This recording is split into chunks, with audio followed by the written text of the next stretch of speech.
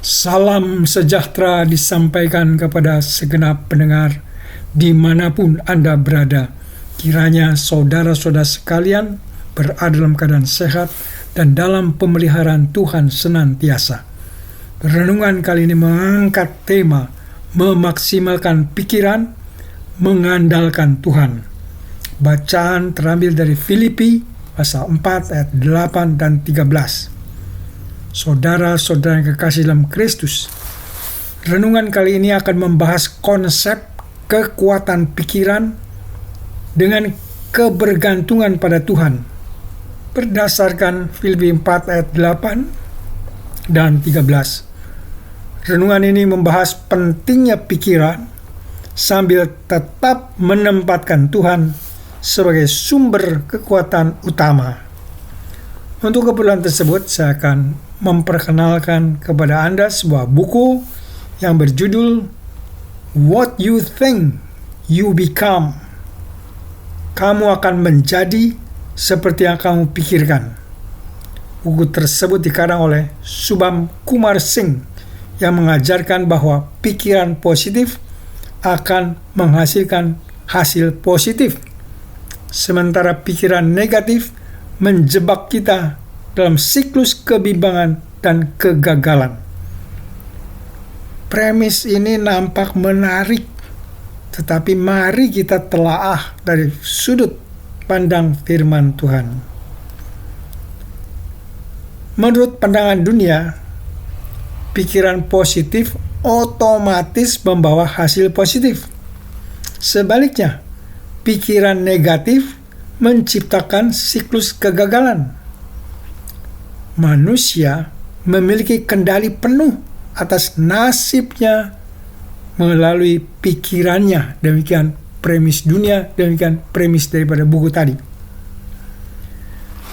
Kebenaran dalam premis tersebut memang kita temukan juga dalam tulisan Rasul Paulus di Filipi 4 ayat 8 yang mengatakan, jadi akhirnya saudara-saudara, semua yang benar, semua yang mulia, semua yang adil, semua yang suci, semua yang manis, semua yang sedap didengar, semua yang disebut kebajikan dan patut dipuji, pikirkanlah semuanya itu. Filipi 4 ayat 8.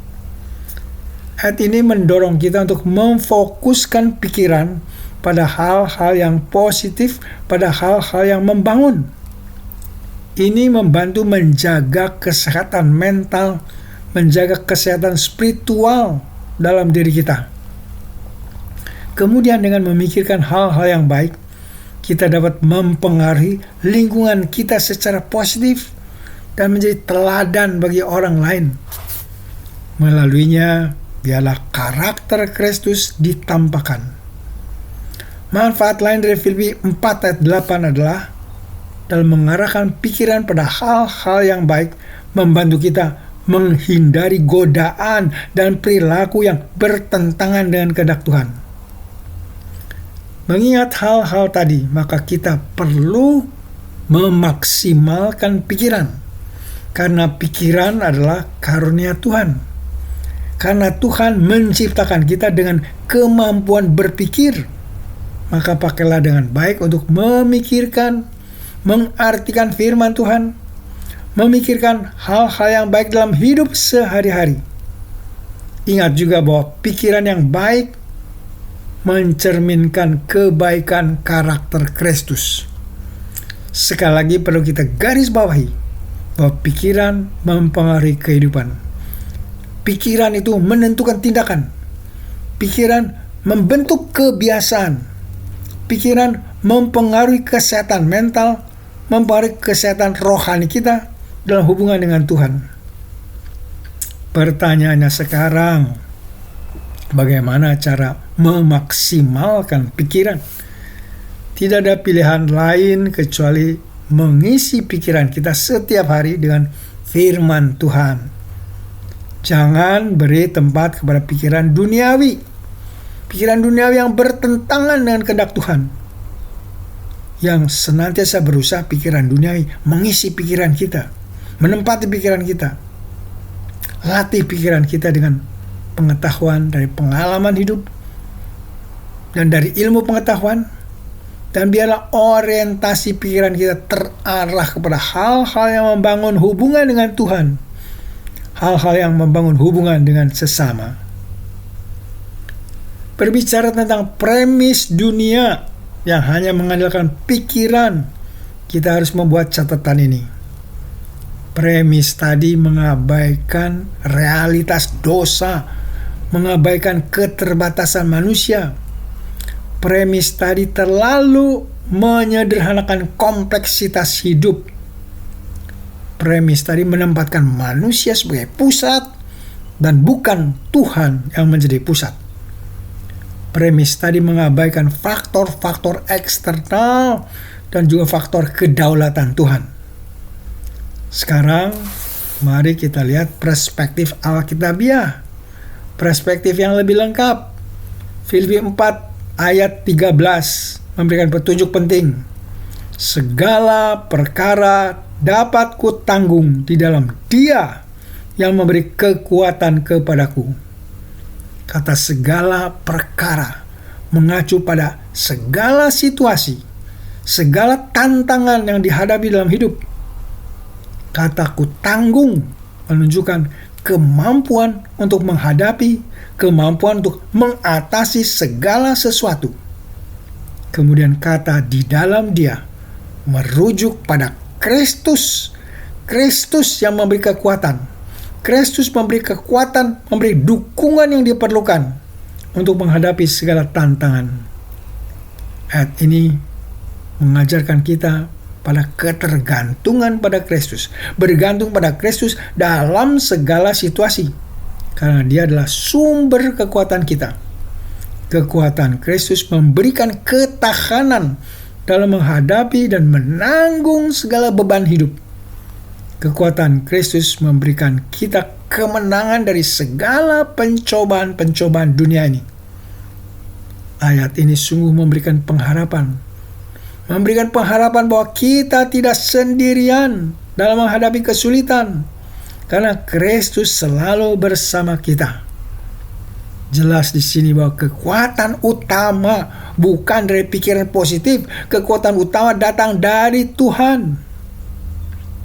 Pertanyaan berikutnya, mengapa kita harus mengandalkan Tuhan?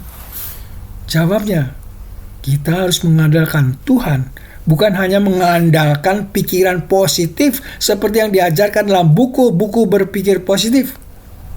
Jelas dari pengalaman kita bahwa pikiran manusia itu sangat-sangat terbatas. Pikiran kita bisa keliru. Ada banyak hal-hal di luar kendali pikiran. Dan pikiran dapat dipengaruhi emosi dan tekanan. Sedangkan pada pihak lain, kekuatan Tuhan tidak terbatas. Kekuatan Tuhan melampaui kemampuan manusia. Kekuatan Tuhan bahkan bekerja saat pikiran kita lemah. Kekuatan Tuhan memberikan hikmat yang lebih tinggi. Sekarang bagaimana caranya mengandalkan Tuhan? Kita sudah tahu dan tinggal mempraktekannya, yaitu doa yang tekun, yang konsisten, ketaatan kepada firman Tuhan, dan penyerahan diri yang total. Bergantung pada Tuhan. Berdoa pada saat menghadapi pikiran negatif. Jadi kalau ada pikiran-pikiran negatif, segera berdoa. Buang pikiran negatif dan beralih fokus kepada hadirat Tuhan yang suci, hadirat Tuhan yang benar. Dengan berdoa kita fokus kepada Tuhan. Bergantung kepada Tuhan dengan mengamalkan, dengan memaksimalkan pikiran positif yang didasari oleh iman. Dalam menghadapi masalah, doa kita lakukan. Setelah doa, kita pikirkan solusi dengan bijak sambil terus percaya pada pertolongan Tuhan. Dalam proses menghadapi masalah, biarlah kita tetap tenang di dalam pimpinannya. Kemudian dalam membuat rencana-rencana hidup dan pencapaian-pencapaian tujuan, dengan pikiran kita rencanakan dengan matang. Dan setelah direncanakan dengan matang, serahkan hasilnya kepada Tuhan. Dan dalam melangkahkan kaki setiap hari, tetaplah fleksibel dengan kehendaknya. Bayangkan seorang pilot yang hendak mendaratkan pesawat di tengah cuaca yang buruk. Ia harus menggunakan seluruh kemampuan dan pikirannya dengan maksimal. Namun pada saat yang sama ia tetap bergantung pada kompas dan instrumen navigasi. Tanpa keduanya, keahlian pilot dan panduan instrumen pendaratan yang aman mustahil dilakukan. Demikian juga dalam kehidupan kita sebagai orang percaya. Tuhan memberi kita pikiran untuk dimaksimalkan, tetapi Dia juga menghendaki kita untuk sepenuhnya mengandalkannya. Pikiran positif memang penting dan alkitabiah, tetapi bukan itu sumber kekuatan utama kita. Tuhan menghendaki kita menggunakan pikiran dengan bijak sambil tetap bergantung padanya. Kekuatan sejati datang dari kombinasi pikiran yang diperbaharui dan iman yang teguh kepada Tuhan. Tema kita berbunyi, memaksimalkan pikiran, mengandalkan Tuhan.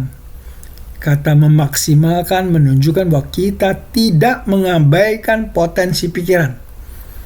Kata mengandalkan menegaskan prioritas utama adalah pada Tuhan. Tema kita menunjukkan urutan prioritas. Tema kita sesuai dengan teks Alkitab, memaksimalkan pikiran, Filipi 4 ayat 8, dan mengandalkan Tuhan, Filipi 4 ayat 13. Tema kita relevan untuk konteks masa kini, yaitu menjawab tren positive thinking tanpa menolaknya. Bersama dengan itu, kita memberi perspektif Kristen yang jelas, yaitu mengandalkan Tuhan. Kiranya Roh Kudus menolong kita untuk mencerminkan hidup yang demikian, sambil bersaksi bahwa Tuhanlah yang kita andalkan. Amin. Mari kita berdoa. Tuhan Yesus, kami bersyukur untuk pengajaran-Mu tentang pikiran yang benar. Tolong kami menjaga pikiran tetap positif dan sehat, namun tidak mengandalkan kekuatan pikiran semata. Biarlah setiap pikiran kami ditawan oleh kasih-Mu dan diperbaharui oleh Roh Kudus. Dalam kesempatan ini hamba-Mu mau berdoa untuk saudara-saudara pendengar yang sedang sakit dan dalam pencobaan. Biar berilah belas kasihan-Mu dan beri kesembuhan kepada yang sakit dan kemenangan bagi mereka yang dalam pencobaan. Ya Bapa yang baik, dengar dan kabulkan doa ini yang kami panjatkan dalam nama Tuhan kami Yesus Kristus, Tuhan Juru Selamat kami yang hidup. Amin.